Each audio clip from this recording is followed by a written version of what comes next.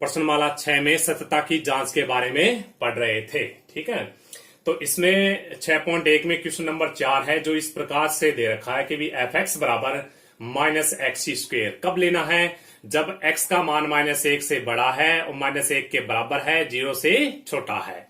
F x बराबर 4x minus में 3 लेना है, कब लेना है, जब x का मान 0 से बड़ा है, 0 के बराबर है, 1 से छोटा है और 1 के बराबर है। फिर अपन बात करें एफ एक्स बराबर है 5x स्क्वेयर माइनस में 4x लेना है, कब लेना है, जब x का मान 1 से बड़ा है और x का मान 2 से छोटा और बराबर है। तो सैवर्त अंतराल -1 और 2 में सततता का परीक्षण कीजिए। तो सैवर्त अंतराल में हमें क्या करना है, सततता का परीक्षण करना है। तो इससे पहले मैं आपको ये बात है वो लिखनी है और याद रखनी है कि सतत सैवर्त अंतराल ए बी में सततता का परीक्षण किस प्रकार से करेंगे। एक नंबर बात इसमें का विवर्त अंतराल, जो सैवर्त अंतराल है आपका, उसी का आपको क्या बनाना है, विवर्त अंतराल बनाना है। तो सैवर्त अंतराल का मतलब तो अपना ये होता है ए से बी का। तो सैवर्त अंतराल का मतलब ये होता है कि भी एक्स का जो मान ले रहे हैं वो ए के बराबर और ए से बड़ा, बी के बराबर और बी से क्या है, छोटा है।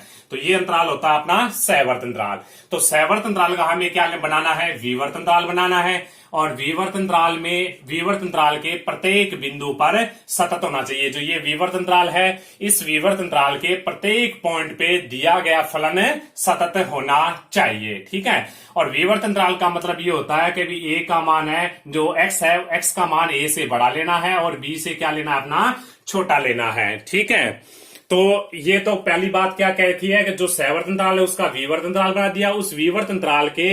इस विवर्त अंतराल के प्रत्येक बिंदु पर, यानी उस विवर्त अंतराल में जितने भी पॉइंट है, उस प्रत्येक पॉइंट पे हमें सततता का परीक्षण करना है। प्रत्येक पॉइंट पे फलन क्या होना चाहिए, सतत होना चाहिए। ठीक है, बिंदु 2 क्या कहता है कि 2 नंबर बिंदु ये कहता है कि बिंदु x बराबर a पर दाईं ओर सतत होना चाहिए और बिंदु x बराबर b पर क्या होना चाहिए, बाईं ओर सतत होना चाहिए। अगर अपना कोई फलन दे रखा है और फलन के आगे दे रखा है कि सैवर्त अंतराल में सततता का परीक्षण कीजिए, तो उसके लिए आपको ये 3 बातें याद रखनी है। एक नंबर बात कि जो सैवर्त अंतराल दे रखा है उसका विवर्त अंतराल बना दिया, उस विवर्त अंतराल के प्रत्येक बिंदु पर फलन सतत होना चाहिए। ठीक है, और जो सबसे पहला जो पॉइंट दे रखा है उसके क्या है, अपना दाईं ओर सतत होना चाहिए और सबसे लास्ट वाला पॉइंट दे रखा है उसके बाईं ओर सतत होना चाहिए। अब यहाँ पे आप ये तीनों बातें आपको याद रखनी है। ठीक है, अब अपन इस बात को समझते हैं कि x बराबर a पर दाईं ओर ही क्यों निकालना है और x बराबर b पर बाईं ओर, सॉरी यहाँ बाईं ओर, दाईं नहीं बाईं ओर सतत होना चाहिए। x बराबर b पर बाईं ओर बाईं सीमा ही क्यों निकालनी है, यानी x बराबर a पर तो आपको दाईं सीमा निकालनी है। जो इसका दाईं सीमा क्या होना चाहिए, अस्तित्व होना चाहिए। x बराबर b पर बाईं सीमा का क्या होना चाहिए, अस्तित्व होना चाहिए। ठीक है, तो इस पे बाईं सीमा और इस पे दाईं सीमा ही क्यों निकालनी है, तो इसके लिए अपन बात करते हैं। देखिए, मैंने आपको पहले भी बताया था कि जैसे कोई फलन ले लिया हमने एफ एक्स और x बराबर a पर आपको इस फलन का सततता की जांच करनी है। तो इसके लिए अपन क्या करते हैं कि x बराबर a पे और a प्लस एच लेते हैं अपन, फिर लेते हैं अपन a माइनस एच। एक्स बराबर a पर क्या निकलता है, फलन का मान निकलता है a माइनस एच पर क्या निकलती है, अपनी बाईं सीमा निकलती है। a प्लस एच पर अपनी क्या निकलती है, दाईं सीमा निकलती है। ठीक है, तो अब आपको ये पता होना चाहिए, देखिए क्या a है वो बराबर नहीं है, a बराबर नहीं होता है किसके, a प्लस एच के। ठीक है, और a माइनस एच के बराबर नहीं है। क्यों नहीं है, कि h बहुत ही छोटा होता है। तो जब a में h जुड़ेगा, ठीक है, तो a से तो बड़ा ही होगा। h बहुत ही छोटा जरूर होता है, लेकिन इसका मतलब ये नहीं है कि h 0 ही होता है। h बहुत ही छोटा होता है, लेकिन क्या है कि जैसे ही a में जुड़ेगा, h a में जुड़ेगा तो क्या होगा, a से बड़ा बनेगा। ठीक है, और जैसे ही मतलब कि a में h घटेगा तो क्या होगा, ये मान a से क्या हो जाएगा, छोटा हो जाएगा और ये मान a से क्या हो जाएगा, बड़ा हो जाएगा। ठीक है, अब अपन यहाँ पे ये समझने की कोशिश करते हैं। देखिए कि x बराबर a पर दाईं सीमा ही क्यों निकालनी है आपको, कि दाईं सीमा इसलिए निकालनी है कि देखिए क्या, अगर मतलब सैवर्त अंतराल की अगर अपन बात करें तो जो सैवर्त अंतराल चल रहा था a और b, इसमें अगर x का मान लें तो वो क्या लेना होता है, अपना a के बराबर a से बड़ा और b के बराबर और b से छोटा लेना होता है। तो यहाँ पे देखिए एक्स बराबर ए पर जब अपन सत्यता की जांच करें तो ये तीन मान ज्ञात करते हैं कि एक्स बराबर ए पर फलन का मान, एक्स बराबर ए प्लस एच पर दाईं सीमा निकालते हैं, एक्स बराबर ए माइनस एच पर क्या निकालते हैं, बाईं सीमा निकालते हैं। ये तीनों ही पॉइंट होते हैं, ये तीनों पॉइंट क्या होते हैं, अलग अलग होते हैं, ठीक है। ये तीनों पॉइंट बराबर नहीं होते हैं, ठीक है। ये इससे ए से बड़ा पॉइंट होता है, ये ए माइनस एच है, ए से क्या होता है, छोटा पॉइंट होता है, ठीक है। अब देखिए इस अंतराल में अपन बात कर रहे थे, तो इस अंतराल में ये दोनों पॉइंट है, यानी ए इस पॉइंट इस अंतराल में है और ए प्लस एच यानी ए से बड़ा मान भी क्या है, इस अंतराल में है। तो ए प्लस एच पे कौन सी सीमा निकलती है, दाईं सीमा। इसलिए हमें क्या करना है, एक्स बराबर ए पर दाईं सीमा निकालनी है, ठीक है। अब अपन बात करें सेम बात इसी प्रकार से अपने बी की बात करें तो देखिए ये अपना कोई फलन दे रखा है, एफ एक्स फलन दे रखा है, एक्स बराबर बी पॉइंट दे दिया। बी पॉइंट पे अपन क्या करेंगे, बात करें तो देखिए बी पॉइंट पे और बी प्लस एच लेते हैं, यहां क्या लेते हैं अपन, बी माइनस एच लेते हैं, ठीक है। तो बी पे अपना क्या निकलेगा, फलन का मान निकलता है, बी प्लस एच पे अपना क्या निकलेगी, दाईं सीमा निकलेगी, और बी माइनस एच पे अपने को पता है क्या निकलता है, बाईं सीमा निकलेगी, ठीक है। तो इस पे बाईं सीमा निकलती है, इस पे अपने फलन का मान निकलेगा, इस पे क्या निकलेगी, दाईं सीमा निकलेगी, ठीक है। तो अब देखिए अब अपन बात करें किस पे बात करें, देखिए सहवर्त अंतराल की बात करें कि सहवर्त अंतराल अपना क्या है, ए से बी है। अगर एक्स का मान ले तो एक्स का मान क्या होता है, देखिए ए से बड़ा और बी से छोटा, ए के बराबर और बी के बराबर होता है। अब देखिए कि ये मान बी इसके अंदर है, इस अंतराल के अंदर है बी, ठीक है। और बी माइनस एच क्या होता है, बी से छोटा मान है, और बी प्लस एच क्या है, बी से बड़ा मान है, और बी से बड़ा मान इसके अंतराल के अंदर है नहीं और ये मान इसके अंदर है, ठीक है। इसलिए अपन क्या करते हैं, बाईं सीमा निकालते हैं, ठीक है। तो अब अपन क्या है कि सहवर्त अंतराल मतलब ए बी में सततता का जो परीक्षण करेंगे तो किस प्रकार से करेंगे कि विवर्त अंतराल ए बी के प्रत्येक बिंदु पर फलन क्या होना चाहिए, सतत होना चाहिए, एक नंबर बात। दो नंबर बात क्या है कि बिंदु x बराबर a पर क्या होना चाहिए, दाईं सीमा निकालनी है और उसका अस्तित्व होना चाहिए। x बराबर जो b पॉइंट है उस पर बाईं सीमा निकालनी है और उसका क्या होना चाहिए, अस्तित्व होना चाहिए, ठीक है। तो इस प्रकार से सहवर्त अंतराल में अपन सततता का परीक्षण करते हैं। अब अपन इसी प्रकार से अपन बात करें कि विवर्त अंतराल की बात करें तो विवर्त अंतराल के लिए आपको क्या करना है, कुछ नहीं करना, बस विवर्त अंतराल में इतना ही याद रखना है कि विवर्त अंतराल, ठीक है। विवर्त अंतराल कौन सा ले ले, ए और बी ले लिया। तो विवर्त अंतराल में सततता का परीक्षण करने के लिए विवर्त अंतराल ए बी के प्रत्येक बिंदु पर क्या होना चाहिए, सतत होना चाहिए। तो ये सहवर्त अंतराल में भी बता दिया आपको, अब आपको विवर्त अंतराल में भी बता दिया। तो इससे संबंधित भी सवाल पूछे जा सकते हैं, जैसे ये एग्जाम्पल दे रखा है 4 नंबर। अब इसी थ्योरी के ऊपर आधारित एग्जाम्पल नंबर 4 था, इसमें अपन एग्जाम्पल 4 पे चर्चा करते हैं, ठीक है। तो सबसे पहले आपको इस प्रकार के जो क्वेश्चन जो दे रखे हैं इस प्रकार के जो क्वेश्चन दे रखे हैं उसका ये पता होना चाहिए कि ये फलन कौन से पॉइंट के लिए सही तरीके से परिभाषित है। तो इसके लिए आपको इस बात का पता करना है कि ये फलन कौन से पॉइंट के लिए सही तरीके से परिभाषित है। तो उस पॉइंट के लिए आपको क्या है, 3 बातों का पता होना चाहिए कि एक्स का मान उस पॉइंट से क्या होना चाहिए, छोटा होना चाहिए, एक्स का मान उस पॉइंट के बराबर होना चाहिए, एक्स का मान उस पॉइंट से क्या होना चाहिए, बड़ा होना चाहिए। इन तीनों बातों का पता होना चाहिए। अगर इन तीनों बातों का अगर ये तीनों बातें किसी पॉइंट के लिए दे रखी है तो फलन है वो उस पॉइंट के लिए क्या होता है, परिभाषित होता है। अब अगर अपन यहां बात करें इस मतलब क्वेश्चन में अगर अपन बात करें तो देखिए x बराबर 0 की बात करें तो ये फलन x बराबर 0 के लिए परिभाषित है, क्योंकि x का मान 0 से क्या है, छोटा है, ठीक है। x का मान 0 से छोटा है, इसका मतलब अपन क्या निकालेंगे, बाईं सीमा के लिए ये फलन पे अपन काम करेंगे, ठीक है। अब यहां पे अगर बात करें तो देखिए यहां पे क्या है, x का मान 0 से बड़ा है, तो बड़ा होने का मतलब यहां पे निकलेगी दाईं सीमा, और जब दाईं सीमा निकलेगी तो ये फलन लेंगे अपन। और x बराबर 0 भी है तो इसका मतलब यहां पे क्या निकलेगा, फलन का मान के लिए भी ये फलन लेंगे अपन। तो अपन x बराबर 0 जो पॉइंट है 0, उसके लिए अपने को 3 बातों का पता है। देखिए x का मान 0 से छोटा है, x का मान 0 से क्या है, बड़ा है, x का मान 0 के क्या है, बराबर है। तो ये फलन x बराबर 0 जो पॉइंट है उस पॉइंट के लिए परिभाषित है, ठीक है। अब अपन बात करें इसी प्रकार से अपन बात करें कि और कौन सा पॉइंट है उसके लिए परिभाषित है ये फलन। अब देखिए अब ये जो पॉइंट है ना, ये x बराबर 1 के लिए भी परिभाषित है। कैसे कि यहां से अगर अपन बात करें तो x का मान क्या है, 1 से छोटा है। छोटा होने का मतलब क्या है, बाईं सीमा निकलेगी x बराबर 1 पर, तो ये फलन लेना पड़ेगा अपने को। फलन का मान निकालेंगे तो भी ये फलन लेना पड़ेगा, क्योंकि x का मान बराबर भी है 1 के। और यहां पे अगर बात करें तो x का मान 1 से क्या है, छोटा है, तो x का मान 1 से बड़ा है। बड़ा होने पर यहां पे निकलेगी दाईं सीमा निकलेगी, और यहां x का मान 1 से क्या है, छोटा है, तो यहां क्या निकलेगी, बाईं सीमा निकलेगी। बाईं सीमा के लिए ये फलन लेना पड़ेगा। अब अपन बात करें कि ये फलन कौन से पॉइंट के लिए परिभाषित नहीं है। जीरो से अब देखिए सबसे छोटा पॉइंट कौन सा, -1 दे रखा है यहाँ। -1 की बात करें तो देखिए -1 के लिए अपने को सिर्फ और सिर्फ दो ही बातों का पता है।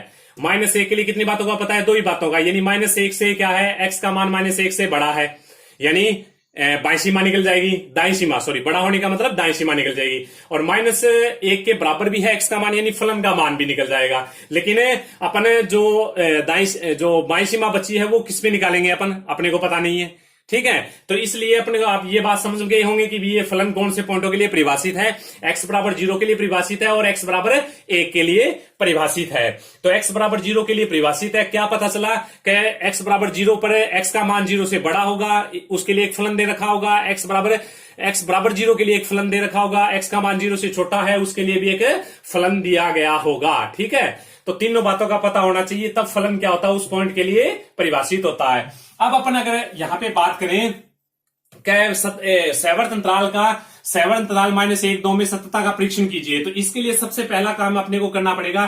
देखिए विवर्त अंतराल -1 और 2 के प्रत्येक बिंदु पर अपना क्या होना चाहिए, सतत होना चाहिए। इस अंतराल में जितने भी पॉइंट है उस पॉइंट के प्रत्येक बिंदु पर फलन क्या होना चाहिए, सतत होना चाहिए। अब देखिए इस अंतराल में अगर बात करें -1 और 2 में, तो ये फलन है इस अंतराल के कौन से पॉइंट पे परिभाषित है। देखिए कि इसमें देखिए x बराबर 0 ये इस अंतराल में है, x बराबर 1 भी इस अंतराल में है, ये दोनों के दोनों पॉइंट इस अंतराल से संबंध रखते हैं। तो x बराबर 0 पे भी फलन क्या होना चाहिए, सतत होना चाहिए, x बराबर 1 पर भी क्या होना चाहिए, सतत होना चाहिए। और फिर क्या है, x बराबर -1 पर कौन सी सीमा निकालनी है अपने को, दाईं सीमा निकलेगी, और x बराबर 2 पर अपने को क्या निकलना है, बाईं सीमा का अस्तित्व होना चाहिए, ठीक है। यहाँ पे तो सिर्फ और सिर्फ अस्तित्व होना चाहिए, और यहाँ दोनों पे क्या होना चाहिए अपना, x बराबर 0 पर सतत होना चाहिए, x बराबर 1 पर भी क्या होना चाहिए, सतत होना चाहिए। और इस अंतराल में ये दोनों के दोनों पॉइंट क्या रखते हैं, अपने संबंध रखते हैं, ठीक है। -1 से बड़ा है x का मान लेना है, और 2 से क्या लेना है, छोटा लेना है। तो इसमें x बराबर 0 भी आता है, x बराबर 1 भी आता है, और ये फलन x बराबर 0 के लिए भी परिभाषित है और x बराबर 1 के लिए भी परिभाषित है। तो अब अपन क्या करेंगे, x बराबर 0 पे फलन की सततता की जांच करेंगे और x बराबर 1 पर फलन की सततता का परीक्षण करेंगे। अगर दोनों के दोनों सतत आ जाते हैं तो अपन क्या करेंगे, इसकी x बराबर -1 पर दाईं सीमा निकालेंगे और x बराबर 1 पर क्या निकाल देंगे, बाईं सीमा निकाल देंगे और फलन को सतत बता देंगे, ठीक है। तो अब देखिए सबसे पहला जो काम करना है अपने को, क्या करना है, x बराबर 1 पर सततता का परीक्षण करना है। तो x बराबर 1 पर फलन का मान ज्ञात करते हैं, फलन का मान। अब फलन का मान ज्ञात करने के लिए आपको बताया कि कौन सा फलन लेना पड़ेगा अपने को, ये फलन लेना पड़ेगा। x बराबर 0 यहां है तो फलन लेंगे fx बराबर कौन सा लेना है, 4x - 3 लेना है, ठीक है। तो अब इस पे फलन का मान निकाले x बराबर 0 पर, तो x बराबर 0 पर ये बनता है f0 बराबर में 4 × 0 -3, आंसर कितना हुआ, -3, समीकरण नंबर 1। अब अपन लेते हैं x बराबर 0 पर फलन की दाईं सीमा लेते हैं, दाईं सीमा, ठीक है। और दाईं सीमा के लिए अपने को फलन कौन सा लेना है, देखिए दाईं सीमा, यानी दाईं सीमा बड़े पर निकलते हैं तो x का मान 0 से क्या है, बड़ा है, यानी ये फलन लेना है अपने को, कौन सा, fx बराबर लेना है 4x - 3, ठीक है। अब हमने दाईं सीमा का जो फॉर्मूला है वो लगा दिया, limiting cases x tend to अपन क्या लेते हैं 0 + fx लिख दिया। अब अपने को क्या करना है, limiting cases h tend to 0 और 0 + h इसके अंदर रखना है, तो f ऑफ लिख दिया, 0 + h रख दिया। इसको अगर सही तरीके से सरल करें तो limiting cases h tend to 0 ये बनता है f h बनता है, h का मान किस में रख दिया, इस फलन में रख दिया। तो फलन में रखें तो देखिए क्या बनता है, क्या limiting cases h tend to 0 और ये बनता है 4h - 3। अब h का मान 0 रखें तो ये बनता है, देखिए 4 × 0 - 3, आंसर कितना हुआ, -3, समीकरण नंबर 2। अब यहाँ पे क्या है, समीकरण 1 और 2 दोनों बराबर आ रहे हैं। अब देखिए अपन निकालते हैं x बराबर 0 पर फलन की बाईं सीमा निकाल लेते हैं, बाईं सीमा, ठीक है। तो सबसे पहले बाईं सीमा के लिए फलन कौन सा लेना है, x का मान 0 से छोटा, उस पर ये फलन लेना है, यानी fx बराबर कौन सा लेना है, -x², ठीक है। अब अपन बाईं सीमा के लिए फॉर्मूला लिख देते हैं, लिमिटिंग कैसे लिख दिया, x टेंड टू 0 माइनस यहां लिख दिया fx। अब और आगे काम करें तो यहां लिख दिया, देखिए limiting cases x tend to नहीं, सॉरी 0 - h इसके अंदर रखेंगे तो f ऑफ लिखेंगे 0 - h, जैसे ही h रखें तो h का मान छोटा लेना होता है, 0 से ले लिया।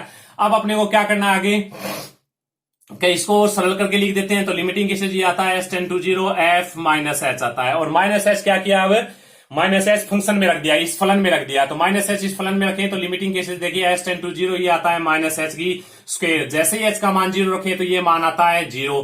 समीकरण नंबर कितना हुआ? 3 हुआ। अब अपन देखें, देखिए x बराबर 0 पे अपन फलन का मान ज्ञात करें तो कितना प्राप्त हुआ? -3। x बराबर 0 पे फलन की दाईं सीमा बताएं तो कितना हुआ? -3 हुआ। ठीक है, अब अपन x बराबर 0 पे फलन की बाईं सीमा बताएं तो आंसर कितना हुआ? 0। यानी फलन का मान दाईं सीमा तो बराबर है लेकिन बाईं सीमा इसके बराबर नहीं है, यानी x बराबर 0 पे ये फलन क्या नहीं है? सतत नहीं है। और x बराबर जो 0 पॉइंट है वो इस अंतराल में आता है, इस अंतराल में आता है। ठीक है, तो इस अंतराल के प्रत्येक बिंदु पर क्या होना चाहिए था? ये सतत होना चाहिए था, लेकिन इस अंतराल के बिंदु x बराबर 0 पर ये फलन क्या है? असतत है। इसका मतलब क्या है कि सैवर्त अंतराल -1 और 2 में ये फलन क्या है? असतत है। ठीक है, अवकलनीयता की डेफिनेशन की। इसके बाद में सततता के बाद में जो अगला टॉपिक है वो क्या है? अवकलनीयता। तो सबसे पहले अपन बात करते हैं कि अवकलनीयता होता क्या है या अवकलनीयता की गणितीय परिभाषा क्या है। यदि फलन f है, x का एक वास्तविक फलन है तथा x बराबर c इसके प्रांत का कोई बिंदु हो, तो तब फलन f है वो बिंदु x बराबर c पर अवकलनीय होगा यदि। ठीक है, तो f डैश c बराबर limiting cases x tend to c fx minus में fc बटे में x माइनस c का अस्तित्व हो, और ये अस्तित्व हो इसका हो तथा परिमित हो। ठीक है, तो ये क्या होना चाहिए? इसका मान क्या आना चाहिए? परिमित आना चाहिए, और इसका क्या होना चाहिए? अस्तित्व होना चाहिए। तो सबसे पहले बात क्या रखी कि यदि फलन f है वह x का एक वास्तविक फलन हो, तो वास्तविक फलन का मतलब ये होता है कि x का जो x का नहीं जो फलन दे रखा है उस फलन का जो प्रांत है, उस प्रांत में से अगर अपन कोई पॉइंट रखें तो वो फलन के अंदर रखें तो फलन का मान वास्तविक प्राप्त होना चाहिए। ठीक है, यानी कहने का मतलब ये है कि जैसे कोई फलन लेते हैं f(x) बराबर 1/x ले, और इसका कोई भी एक प्रांत ले लेते हैं, उस प्रांत में पॉइंट क्या है? x बराबर 0 है। जो अपना x बराबर 0 इसके अंदर रखें तो ये मान क्या हो जाता है? 1/0 बराबर क्या हो जाता है? इन्फिनिटी। तो ये वास्तविक फलन नहीं है। ठीक है, तो यानी x का जो मान रख रहे हैं उस पे फलन का मान क्या होना चाहिए? वास्तविक प्राप्त होना चाहिए। तो वो फलन क्या कहलाता है? वास्तविक फलन कहलाता है। तथा c क्या है? इसके प्रांत का कोई बिंदु है, यानी जो फलन दे रखा है उस फलन का जो प्रांत है उसमें से कोई बिंदु c ले लिया, उस बिंदु पर है ना जो फलन fx है वो अवकलनीय होगा। कब होगा? जब f डैश c बराबर में limiting cases x tend to c fx minus में fc बटे x माइनस c, ये जो मान है इसका मान क्या आना चाहिए?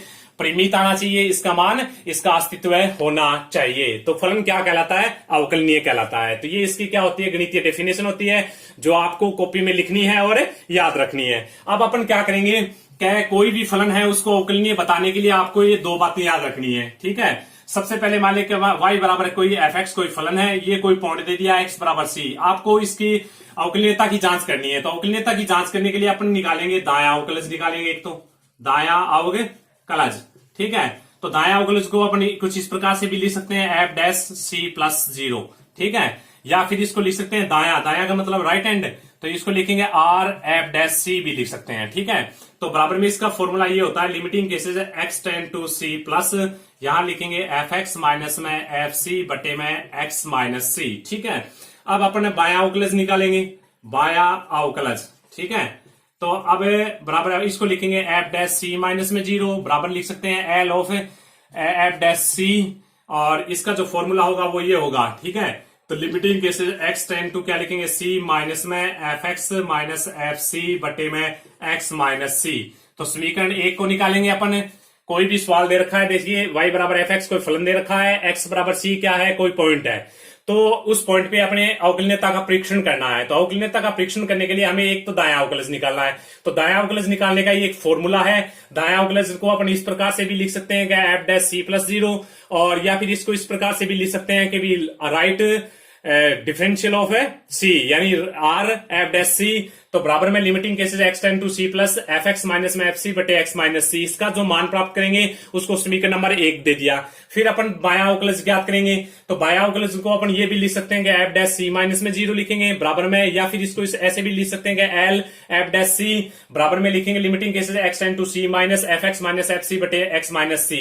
तो दोनों के दोनों मान, अगर समीकरण 1 का मान समीकरण 2 के बराबर आ जाता है तो दिया गया फलन दिए गए पॉइंट पर क्या होता है? अवकलनीय होता है। ठीक है, अब इसके जो नेक्स्ट वीडियो में इसके एग्जाम्पल के ऊपर चर्चा करेंगे। ओके, धन्यवाद।